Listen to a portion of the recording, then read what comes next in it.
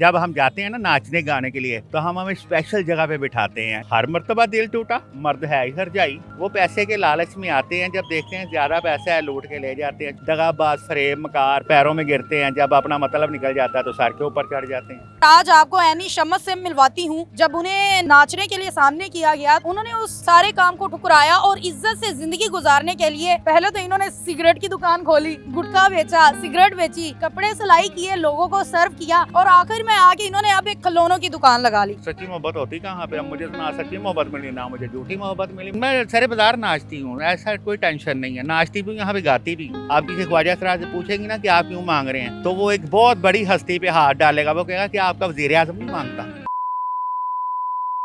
अस्सलाम वालेकुम नाज़रीन, पाकिस्तान स्टोरीज के साथ मैं आपकी मेजबान हुमा खालिद। नाज़रीन, बात की जाए तो कहते हैं अल्लाह जिसको चाहे उसको हिदायत दे दे। हमने हमारे माशरे में ख्वाजा सराहों को हमेशा देखा है नाचते हुए। हमारे जब बच्चे पैदा होते हैं तो वो आती हैं, वहाँ पे पैसे मांगती हैं, खुशियाँ बिखेर के जाती हैं। हमारी जब शादियाँ होती हैं तो हम उनको स्पेशली बुलाते हैं कि आए हमारे इवेंट में 4 चांद लगा दें। मगर आज आपको एनी शम्स से मिलवाती हूँ जिन्होंने इस फील्ड को ठुकराया। जब उन्हें नाचने के लिए सामने किया गया, उन्होंने उस सारे काम को ठुकराया और इज्जत से जिंदगी गुजारने के लिए पहले तो इन्होंने सिगरेट की दुकान खोली, गुटखा बेचा, सिगरेट बेची। जब उसमें भी मजा ना आया तो ये दर्जी बनी, कपड़े सिलाई किए, लोगों को सर्व किया और आखिर में आके इन्होंने अब एक खिलौनों की दुकान लगा ली। आइए जरा इनसे जानते हैं इनकी जिंदगी की ये कहानी। हर ख्वाजा सराह की ना एक कहानी होती है। घर से निकाल दिया जाता है, घर वाले ठुकरा देते हैं। क्या आपके साथ भी ये सब हुआ? कौन सा ख्वाजा सराह कहता है कि घर से ठुकरा देते हैं? किसी ख्वाजा सराह को घर से ठुकराते, झूठ बोलना ख्वाजा सराह की आदत हो गई। ये गलत बात है, ये ना कहो। और दूसरा, आप कहते हैं कि इनकी इज्जत नहीं माशरे में। जब हम जाते हैं ना नाचने गाने के लिए तो हम हमें स्पेशल जगह पे बिठाते हैं, इज्जत देते हैं। ये ना कहें कि इज्जत नहीं होती, इज्जत होती है, लेकिन उस वक्त आप इज्जत देते हैं जब इज्जत का मुकाम बनाते हैं। और इज्जत के मुकाम के बाद हमें जिल्लत का मुकाम ना बनाएं।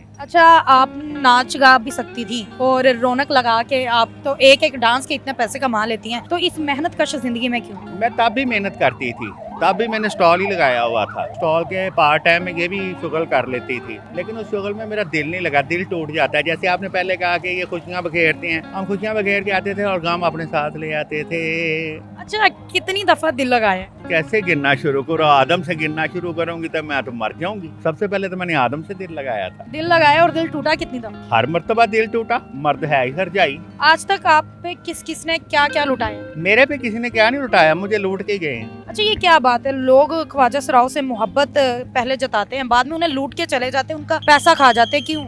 ये पैसा है ना जो शैतान है, वो पैसे के लालच में आते हैं। जब देखते हैं ज्यादा पैसा है लूट के ले जाते हैं, चोरी करके ले जाते हैं, वैसे ले जाते हैं। पैसों की खातिर टिकते हैं। दगाबाज, फरेब, मकार पैरों में गिरते हैं। जब अपना मतलब निकल जाता है तो सर के ऊपर चढ़ जाते हैं। इतनी मोहब्बत जताते हैं, इतनी फिदाई जताते हैं कि माँ बाप बहनों भाइयों को भी तरफ करने पे उतर आते हैं। जैसे एक फीमेल और मेल की होती है मोहब्बत, ऐसे ही मोहब्बत जताते हैं। लेकिन उसके बाद जब ये जरा आस्ता आस्ता देखते हैं ना खत्म होगी कहानी, तो ये खत्म हो जाते हैं। सच्ची मोहब्बत अभी तक नहीं मिली? सच्ची मोहब्बत होती कहाँ पे? अब मुझे ना सच्ची मोहब्बत मिली ना मुझे झूठी मोहब्बत मिली। मुझे मोहब्बत नहीं मिली, मुझे मेरे स्टॉल से मोहब्बत है। अच्छा, अब आप ये सब काम छोड़ के एक स्टॉल लगाती हैं, इसकी क्या वजह? सब काम मैंने कौन से छोड़े? सारे काम तो मैं करती हूँ। घर के काम मैं करती हूँ, हांडी पकाती हूँ, रोटी पकाती हूँ। काम मैंने छोड़े कौन से? वो नाच गाना जो होता था? नहीं, वो अभी मैं सारे बाजार नाचती हूँ, ऐसा कोई टेंशन नहीं है। नाचती भी यहाँ पे गाती भी हूँ। गा के हमें भी थोड़ा सा सुना देते हैं। जी सुनाएं। माही वे सानू भूल ना जावी,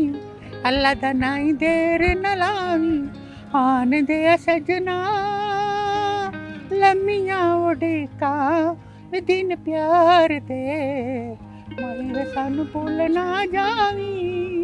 आपकी आवाज तो बड़ी खूबसूरत है। आज तक कितने लोग आपकी इस आवाज के जादू में गिरे? मेरे पे गिरा होता तो मैं खोखा भी होती। यहाँ पे लोग आते हैं, लफ्जी मायने जताते हैं और बाय बाय करके चले जाते हैं। जैसे मैं चली जाती हूँ रात को 10 बजे के बाद। ख्वाजा सराह जो होते हैं वो अपने एक इवेंट के बड़े पैसे लेते हैं, बड़े पैसे कमाते हैं। इतने पैसे लगाते कहाँ पे? देखो जानू, जैसे जैसे पैसा आता है ना वैसे वैसे उनके अखराजात होते हैं। महंगे कपड़े पहनना, महंगी ज्वेलरी पहनना, ये होता है। अपने ऊपर भी खर्च करते हैं। लेकिन ये है कि काफी ना जो ख्वाजा सराह ऐसे भी हैं कि वो कहते हैं ना मुट्ठी ना खोल, ये इमदाद भी बहुत करती है। बेशक। अच्छा, आपकी फैमिली अभी आपके साथ कितना सपोर्ट करती है? मेरी फैमिली मेरे साथ फुल सपोर्ट करती है। मैं अपनी फैमिली में ही हूँ। अब आप जितना कमाती हैं, क्या वो जाके घर पे ही सारा देती हैं या खुद पे लगाती हैं? नहीं नहीं, मेरी फैमिली इतनी है खुद कफील के वो अपना सारा खर्चा आप खुद ही करते हैं। मैं जो भी है ना वो अपने पास ही रखती हूँ। हाँ, कभी शादी ब्याह हो तो ठीक है, जो रस्में होती है मिलने की वो मिल लेती हूँ, वरना उसके बाद मेरे घर वालों ने कभी मेरे से या मेरे रिश्तेदारों ने मेरे से कभी डिमांड नहीं की। जो आज के लड़के हैं वो भी ख्वाजा सरा बन के घूमते हैं और जिस्म फरोशी करते हैं, क्या इसमें रियल ख्वाजा सरा कितने इन्वॉल्व होते हैं और ये झूठे ख्वाजा सरा कितने होते हैं? ये ख्वाजा सरा नहीं है, ये गे हैं। वो आया ना मेरा जिस्म मेरी मर्जी, ये मेरा जिस्म मेरी मर्जी है। सारे अंदर ना एक पैसा कमाने की ख्वाहिश और एक नफ्सियाती ख्वाहिश पैदा हुई है, हम जिन्स परस्ती की। जैसे पिछले दिनों में वो कह रहे थे कि हम जिन्स परस्ती का वो पास हो गया, तो मेरे पास आए थे इंटरव्यू लेने के लिए। मैं कहा उससे हमें क्या फायदा, हम तो रेत की दीवारें, रेत से भी कभी दीवार चुनी जाती है। ये मर्द को मर्द से फायदा होगा, औरत को औरत से फायदा होगा, हमें तो किसी चीज से फायदा नहीं है, हमारे लिए कानूनी। लेकिन ये आजकल जो लड़के फिर रहे हैं बना के रूप, ये सिर्फ अपनी जिस्मानी ख्वाहिश के लिए फिर। इससे आप लोगों को कितना नुकसान होता है? आप लोगों का नाम खराब होता है? मेरा नाम तो कोई खराब नहीं हुआ, मुझे तो यहाँ गुजरते हुए किसी ने नहीं कहा। जो ये काम करते हैं उनका खराब हुआ तो मैं कह नहीं सकती। अभी तक हमने देखा है कि लोग जो हैं वो ख्वाजा सराओं का किस तरीके से वो रूप ढाल के मांगते हैं, फिर फकीरी जताते हैं, फिर दुआएं देते हैं। ख्वाजा सराओं की हमने सुना है जो असली ख्वाजा सरा है उनकी दुआ बड़ी लगती है। तो बेशक लगती है। तो जो ऐसे लोग आते जाते दुआएं देते हैं, मेरी बात सुनिए, आज का डुप्लीकेट का दौर है, कमाने के लिए वो एक रास्ता उन्होंने इख्तियार किया हुआ है। जैसे बेरोजगारी हमारे मुल्क में फैल रही है, आप किसी ख्वाजा सरा से पूछेंगी ना कि आप क्यों मांग रहे हैं, तो वो एक बहुत बड़ी हस्ती पे हाथ डालेगा, वो कहेगा कि आपका वजीर आजम नहीं मांगता। तो आजकल तो इतनी इतनी खूबसूरत लड़कियां मेकअप किया हुआ है, क्या बोलती हैं, हमारे घर में कोई कमाने वाला नहीं है, मेरा बूढ़ता नहीं है, मेरी अम्मी सोती नहीं है, वो फल्ला बिल कहाँ से दे। कोई पैगाम जो आप हमारी ऑडियंस को देना चाहते हैं? मैं तो ऑडियंस को यही पैगाम दूंगी कि ऑडियंस अच्छे बुरे की मैं तमीज़ करना नहीं जानती, सिर्फ इन्हें शहूर आना चाहिए। यहाँ पे मैं ट्रैफिक का कानून देखती हूँ तो वहाँ पे इतना पागल करते हैं कि मोटरसाइकिल वालों को खास कर कहूँगी कि यार जरा ध्यान से चला करो, कोई बूढ़ा भी होता है। कोई दुआ जो आप देना चाहते हैं? मैं दुआ ये दूंगी कि खुदा मेरे मुल्क पे किसी दुश्मन का साया ना पड़े। अच्छा, आपके हंसने मुस्कुराने की, खुश रहने की क्या राज है?